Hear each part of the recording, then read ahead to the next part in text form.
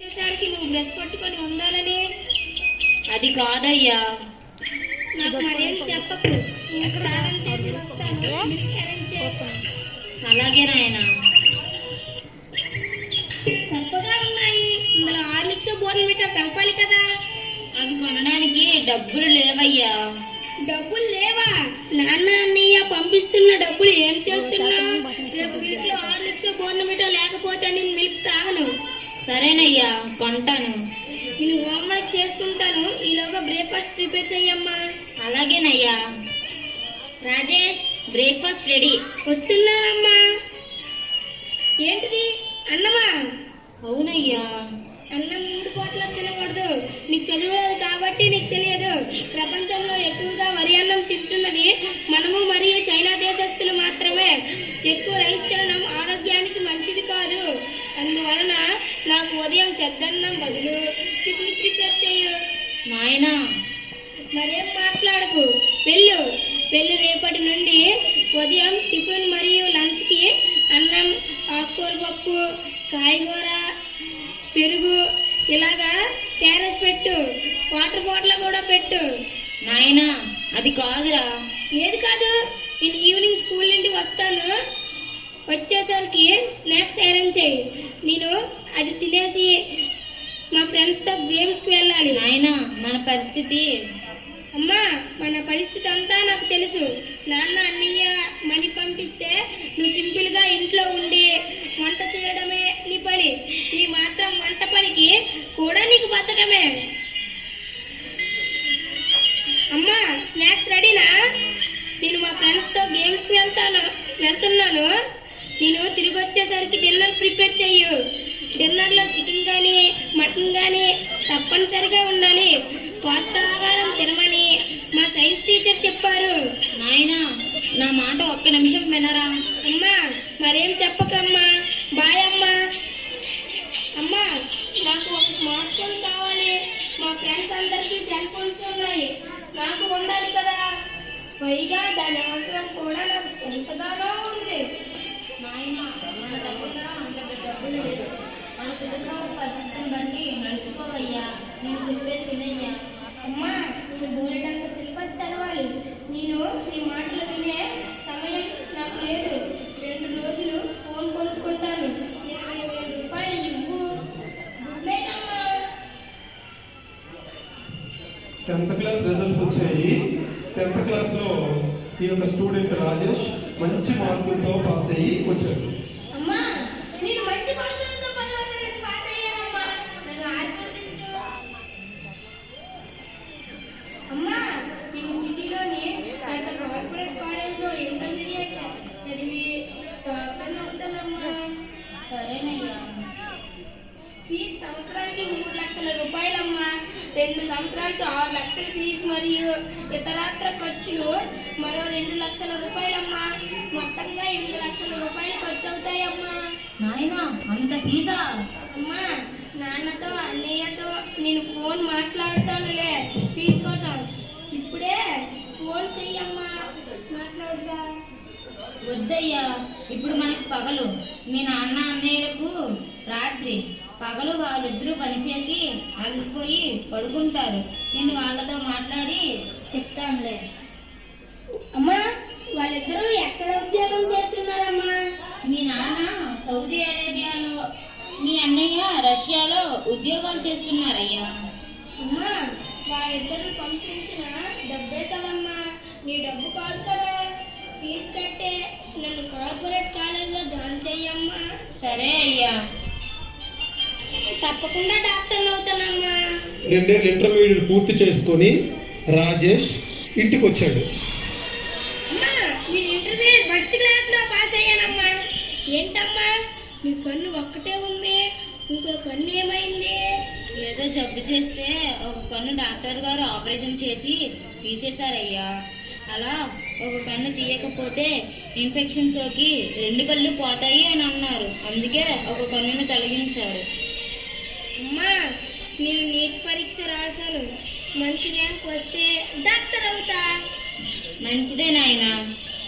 నెల రోజుల తరువాత ఈ యొక్క ఇంటర్మీడియట్ రిజల్ట్స్తో పాటు నీట్ రిజల్ట్స్ కూడా వచ్చాయి. నాయనా రిజల్ట్ ఏమైంది? మంచి ర్యాంక్ రాలేదు. ఎంబీబీఎస్ సీట్ పేమెంట్ అయితే వస్తుంది. త్రుటిలో ర్యాంక్ మిస్ అయిందమ్మా. పేమెంట్ సీట్ అంటే ఏంటయ్యా? ఫ్రీగా సీట్ రాదు, డబ్బులు కడితే వచ్చే డాక్టర్ సీట్ అమ్మా. ఎంతయ్యా? ఎంత కట్టాలి?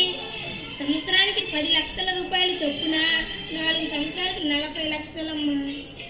40 లక్షలు కడితే డాక్టర్ అయిపోతావా? అవునమ్మా, డాక్టర్ అవుతా. నువ్వు సంవత్సరానికి 10 లక్షలు చొప్పున మొత్తంగా 40 లక్షలు కడితే నేను డాక్టర్ అయిపోతున్నట్లే. సరే అయ్యా, మీ నాన్న అన్నయ్యలతో రేపు మాట్లాడి నీకేదో ఒక విషయం చెప్తానులే. సరే అమ్మా.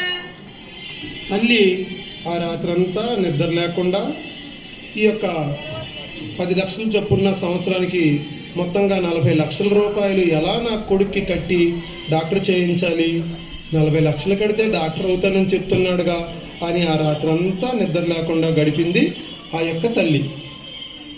అమ్మా, ఏదో ఒక విషయం చెప్తానన్నావు.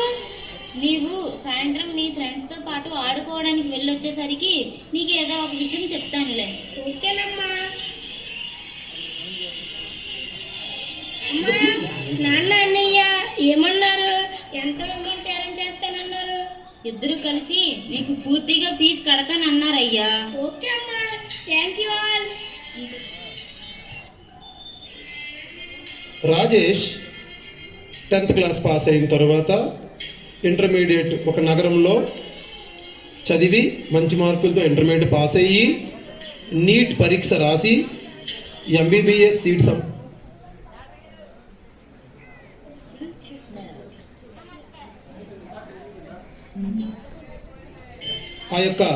ఆ త్రుటిలో ఆ సీట్ మిస్ అయినప్పటికీ వాళ్ళ యొక్క తల్లి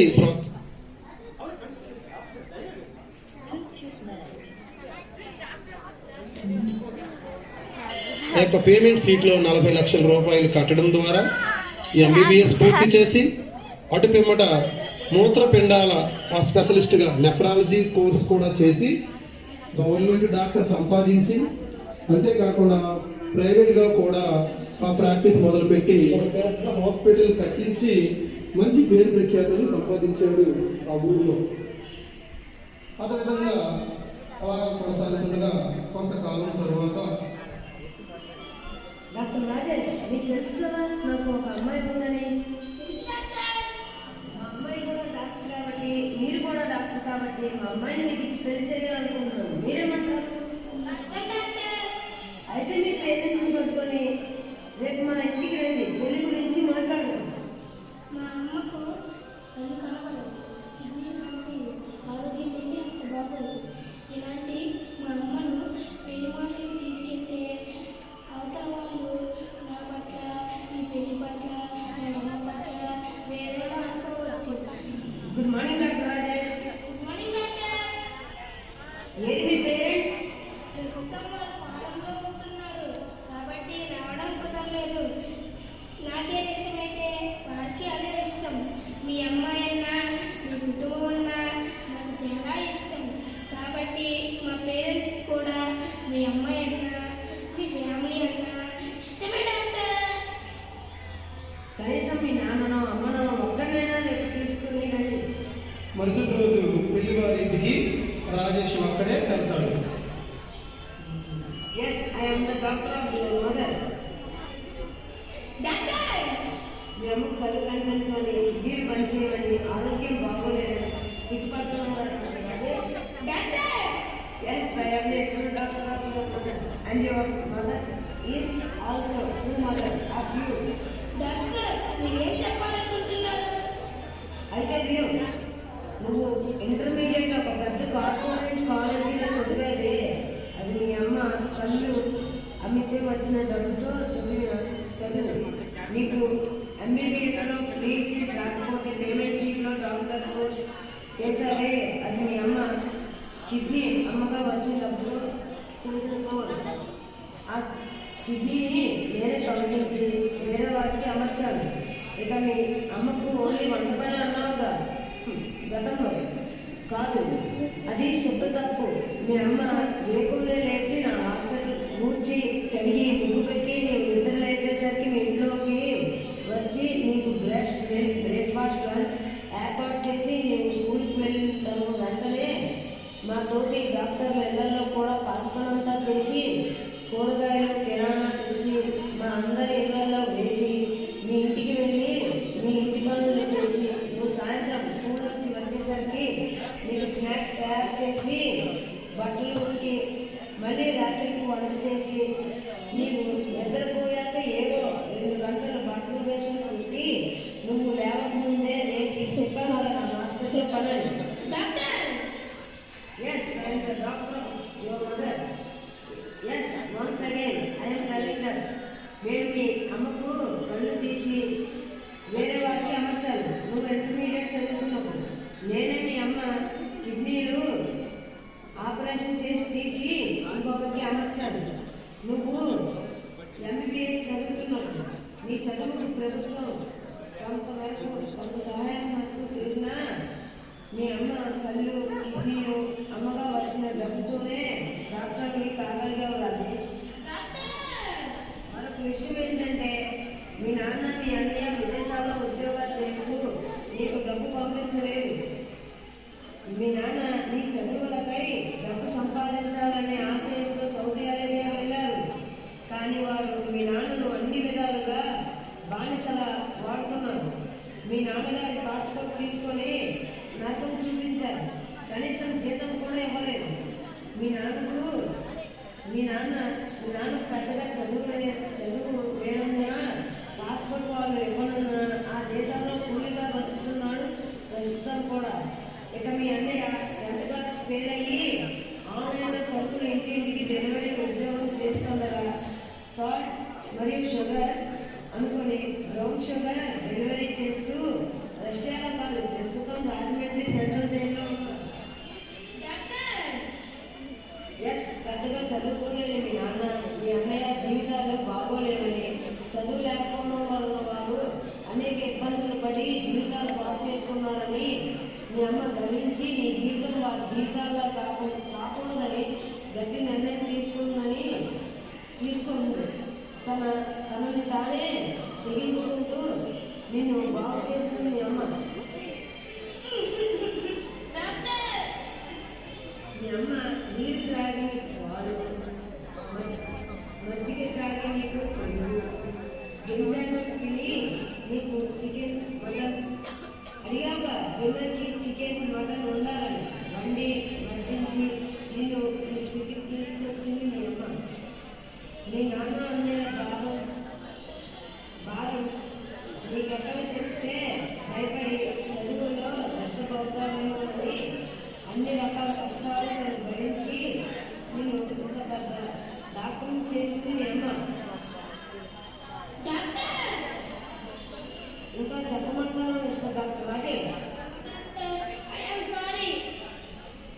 నా డాక్టర్ కూతుర్ని నీకు ఇస్తానన్నది కేవలం నిన్ను చూసి మాత్రమే కాదు, మీ అమ్మని చూసి.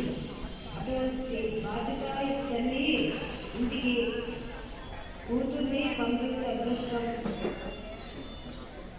అందరి తల్లిదండ్రులకు మరి రాదని గ్రహించి నేను ఈ నిర్ణయం తీసుకున్నాను.